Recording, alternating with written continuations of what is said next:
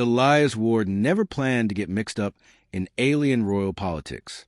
He was a biologist, not a diplomat, and certainly not someone who expected to become the center of a galactic scandal. Yet everything began on the day he arrived on Vashtara 9, homeworld of the insectoid royal species known as the Zerati. The Zerati were tall, elegant beings with shimmering chitin and luminous eyes. Their society revolved entirely around their queen, Queen Relera, an ancient monarch whose every decision shaped the fate of her people. Elias had been invited to help stabilize the declining population. What he didn't know was that he'd soon be considered a miracle, the clone with a heart. The queen rarely met off-worlders, so Elias was instead assigned to her vessel, a genetically engineered clone designed to act as her biological proxy in research experiments. Her name was Vea. Unlike the queen, Vea was young, lively, and deeply curious about humans. She asked Elias endless questions about Earth, about biology, about emotions, and soon their research partnership became something more tender, something the Zerati language didn't even have a word for. But the Zerati used no physical reproduction. Their young were created through genetic blending, mixing strands of DNA inside biochambers. That meant Vea's growing affection wasn't dangerous. Or so Elias thought, until the day the biochamber's indicators began to glow. Elias stared at the reading a dozen times. It was impossible. Vea, the chamber is showing a developing embryo, a hybrid embryo. Her eyes glowed, a mix of panic and joy. I did not mean for this to happen, she whispered, but I am happy. He had accidentally succeeded in what thousands of Zerati scientists had failed to accomplish. A stable hybrid child, one capable of saving their dying empire. The council was stunned. The palace roared with activity. And then the queen summoned him. The real queen calls.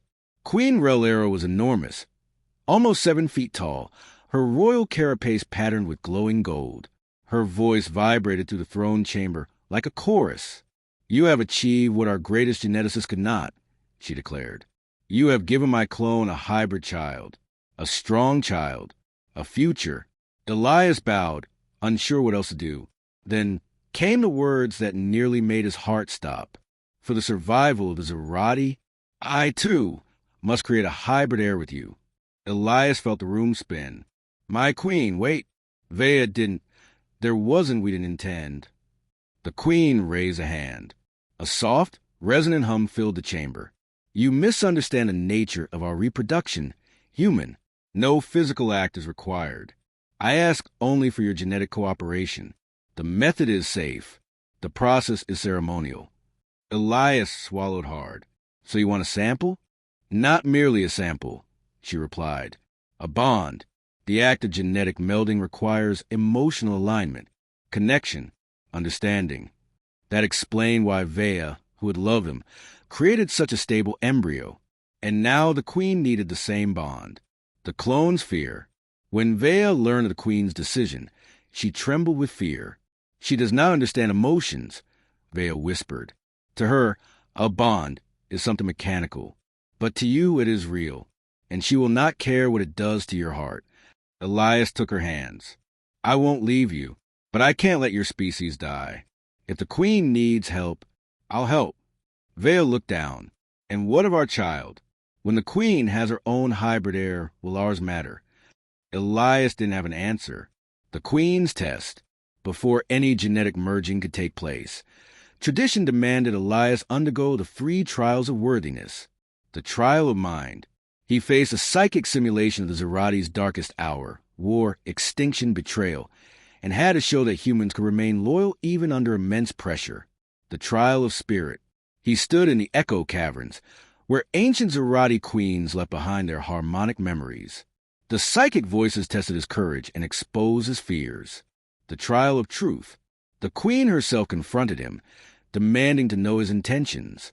Would you save my people even if it cost you your future with Vea? Elias answered honestly, I will not abandon Vea, but I will help your species survive. I believe both can coexist. The queen's luminous eyes narrowed. Then, slowly, she nodded. You pass. The genetic merging. The merging ritual took place inside a crystalline chamber filled with soft golden vapors. Elias placed his hands on the biomatrix sphere. The queen placed hers on the opposite side. Their thoughts aligned. Their emotions synchronized. Human and Zerati DNA spiraled into the chamber in glittering streams of light. Then the sphere pulsed. A hybrid embryo formed, stronger and more stable than even Vea's.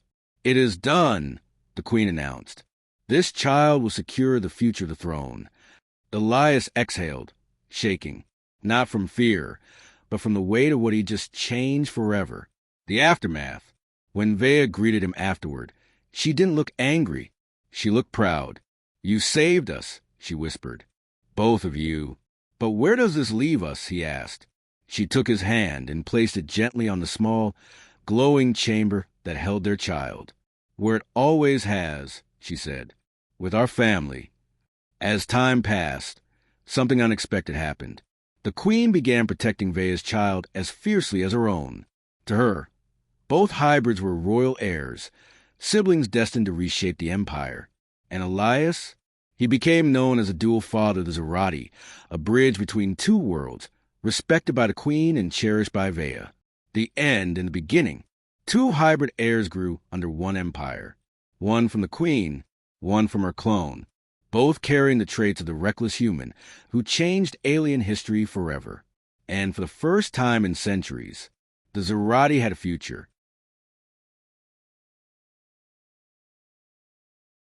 Elias Ward never imagined he'd become a father of two alien royal heirs, but life inside the Zerati Empire never stayed peaceful for long. The birth of the hybrid embryos, one carried by Vea, one nurtured by Queen Relera, marked a turning point in the Empire's history. It also awakened something darker, the rivalry of bloodlines. For centuries, Zerati queens never had competition. Their clones were tools, never mothers. But now the Empire whispered, two heirs, two potential rulers, two futures, and only one would someday take the throne. Queen Relera insisted the two children were equal. She decreed, both heirs are royal. Both carry the bond between human and Zerati. Their destinies shall be intertwined. But the council did not share her confidence. To them, Vea was a clone, a shadow, an imitation.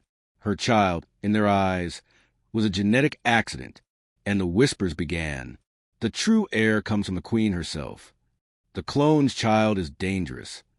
The human may be manipulating the throne. Those whispers grew into factions. Factions grew into tension. And tension, on Vashtara 9, meant war was close. The children grow. Zerati children matured quickly. Within months, both embryos developed into small luminescent forms. Humanoid silhouettes wrapped in chitin patterns, bright eyes, and soft bioluminescent pulses. Vea's child was named Calyx. The queen named her child Relaren. Calyx was smaller, but more expressive. Relaren was stronger, but colder. Elias visited both, often together, hoping to raise them as siblings rather than rivals. And for a while, it worked. The young hybrids were inseparable. Together they made strange clicking songs, chased glowing insects, and tried mimicking human smiles, though only Calyx ever succeeded. But the Empire kept choosing sides. The separation order. One morning, Elias woke to the sound of alarms across the palace. The council had passed a decree. The heirs must be raised separately under different guardians to prevent interference. Calyx was to be raised in the lower chambers, among educators and servants. Relaren would remain under the queen's private watch. Vea clung to her child, trembling as guards approached. "You cannot take him," she cried, her voice cracking. "He is half human. He needs Elias. He needs family." The guards hesitated, but Relera herself appeared. Her voice was calm, but firm. "This is necessary. For safety. For stability." Elias stepped between her and Vea. "You promised they would be equal." "And they are," the queen replied. "But the Empire does not see them that way. I must protect the throne." Vea's eyes shimmered, not with rebellion, but heartbreak. Calyx's tiny glowing hands reached toward his mother as they carried him away. Elias felt something snap inside him. The human's rebellion. Elias rarely chose conflict.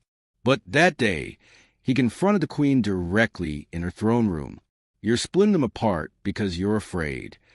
Relera turned slowly to face him. There was no anger in her voice, only an ancient sadness. I have ruled for 600 years. I have seen empires collapse over less. The council fears Vea's child. Fear leads to assassination attempts. Assassination attempts lead to civil war. I am trying to stop the storm before it begins. By tearing our family apart? Elias demanded. Relera tilted her head. Family? You see the clone as equal to me? Yes, Elias said without hesitation. Vea is not a shadow. She's a person. Something tightened in the queen's expression, the first sign of jealousy Elias had ever seen in her. She carries my memories, the queen whispered. My appearance, my traits, but not my throne. Yet you treat her as though she were the true queen. Elias froze. Had he insulted the queen without realizing? Or had she revealed something deeper? Jealousy, loneliness, an emotion she had never admitted before. The assassination attempt. That night, an explosion rocked the lower chambers. Servants screamed. Guards swarmed. And in the chaos, Calix vanished. When Elias arrived, smoke filled the nursery. Vea was kneeling on the floor, shaking uncontrollably. Claw marks scraped into the stone where she had tried to protect her child. They took him, she whispered. They took Calix. They took my baby. Elias knelt beside her, helping her up. Who did this? Vea's eyes pulsed with terrified light. The council faction. The purists. They want only one heir, the queen's child. Elias felt his blood run cold. They're going to kill him. The queen's dilemma. When Elias and Vea reached the throne chamber, Queen Relera was already issuing orders. Find the child. Bring him back alive. A council elder stepped forward. Your Majesty, if the clone's offspring is eliminated, the empire will remain stable. The queen's hand shot out. Her claws stabbed through his chest. The elder collapsed. The chamber went silent. Relera turned to Elias, voice trembling with fury. My child's life is bound to Calix's. If he dies, the people will never accept Relera as rightful heir. This crime threatens everything. Elias realized something then. The queen didn't just want a hybrid heir. She didn't just want Elias's genetics. She wanted him, his presence, his bond, his loyalty. And now their future was tied to a single desperate mission. Rescue Calix before the purists executed him. The mission, Elias, Vea, and the queen set off with a strike unit of elite guardians. The purists had taken Calix to the ancient breeding cradles, a forbidden facility deep beneath the Crystal Mountains, where failed clones were once disposed of. When they arrived, the air was thick with radiation and echoes of old suffering. Stay behind me, Elias whispered to Vea. She shook her head fiercely. I will not lose my child again. They entered the chamber. At the center, Calix lay in a containment sphere, his light flickering weakly. Elias ran forward, but a purist commander stepped out of the shadows. You doomed us with your hybrid abominations, he hissed. Only the queen's true child must rule. So the first hybrid dies now. He raised a plasma spear, and a deafening roar shook the cavern. Queen Relera launched herself at the purist, smashing him into the wall with enough force to crack stone. Her voice thundered. No one harms my heir. Elias grabbed Calix, pulling him free as Vea collapsed around her child, sobbing. Calix's heartbeat flickered, then steadied. The family was whole again. For now, the choice of two mothers. When they returned to the palace, the council was in chaos. The purist faction was exposed. Advisors demanded executions, purges, war. But Queen Relera silenced them all. The clone's child is safe, she declared. And so is my own. The empire will have two heirs, protected by two mothers and one father. Elias turned to her. Do you mean that? The queen's glowing eyes softened. Vea is not lesser. She is not shadow. She is the part of me that can still feel wonder. And you have shown me the value of that. Vea's hand slipped into Elias's. To their shock, the queen placed her hand over theirs. An ancient gesture of unity. The empire would not just survive. It would be reshaped by two royal mothers and a human who bound them together. But outside the palace, rebellion simmered. Not everyone wanted hybrid heirs. Not everyone wanted peace. And the next threat wouldn't come from the purists. It would come from beyond Vashtara 9. A new enemy had learned of the hybrid children, and they wanted them, alive or dead, just long enough for Calix and Relerin to recover, just long enough for Vea and Elias to breathe again, just long enough for Queen Relera to believe the Empire had stabilized. But peace never stays with hybrids destined to change the galaxy. The Shadow Empire. Elias was walking the royal gardens with Calix when a blinding flash streaked across the morning sky. A ship, silent, black, and wedge-shaped, descended directly above the palace. Zerati guards screamed and raised their weapons. The queen burst onto the balcony. "They have returned," she whispered. Elias stepped beside her. "Who?" "The Vrock Dominion," the queen answered, her voice cold. "The only empire who ever rivaled ours. They harvest genetic anomalies and destroy whatever they cannot control." Elias felt his skin crawl. "They want the children." The queen nodded. "They believe the hybrid bloodline could create a perfect ruler. They will stop at nothing." Vea clutched Calix to her chest. "Elias, we have to run." But they were already surrounded. Vrock soldiers marched from the ship. Towering metallic-skinned beings with 6 glowing eyes and armor that seemed to pulse with life. Their commander stepped forward. "We come for the hybrid heirs." Queen Relera let out a resonant hum that shook the ground. "You will not touch my children." The commander smiled, a horrifying stretch of metallic plates. "Then you will die protecting them." The palace falls. The first blast struck like a meteor. Crystal pillars shattered. Walls collapsed. The palace trembled. Elias grabbed Vea's hand and pulled her behind cover. The queen leapt into battle, her massive form glowing bright gold as she tore through Vrock's soldiers with claws sharper than steel. "You too, go," she ordered. "Get the heirs to the catacombs." Elias hesitated. "Relera, go." It was the first time she had ever screamed. He obeyed. Vea led the way, clutching Calix. The corridor shook as Relerin's caretaker followed them with the queen's child, but the Vrocks poured in through every breach. One fired a spear of white-hot plasma, and Elias shoved Vea aside. The beam cut across his shoulder. He stumbled, screaming. "Elias!" Vea cried, grabbing him. "I'm fine, keep running." But the hall ahead collapsed. Their only escape was deeper, into the old caverns beneath the palace. They ran down ancient stone stairs as dust and debris thundered behind them. The queen's last stand. Above them, Queen Relera fought alone. Her luminous wings burst from her back, rare, ancient, kept hidden for centuries. She soared across the throne chamber, firing blasts of psychic force that sent Vrock smashing into walls. But they were endless. One stabbed her abdomen. Another tore at her side. Still she fought. "Stay alive," she whispered to the children miles below. "You are my future." The cavern of echoes. Elias, bleeding, reached the central chamber, a massive underground dome filled with glowing crystals. "This chamber is shielded," Vea said desperately. "They can't detect the children here." The caretakers placed the 2 hybrid infants in the center. Their lights dimmed, frightened but alive. Elias collapsed to the floor, dizzy. Vea held him. "You're losing blood, please, stay with me."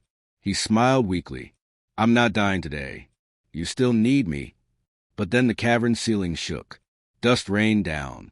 A Vrock commander dropped from above, landing with metallic thud. "Found you," he hissed. Vea stepped between him and the children. "You will not touch them." He raised his weapon. "Out of the way, clone." And that word, clone, ignited something inside her. Vea launched herself at him with a scream. For the first time in her life, she fought with full Zerati fury, claws extended, eyes burning white. But the Vrock was stronger. He slammed her into the wall.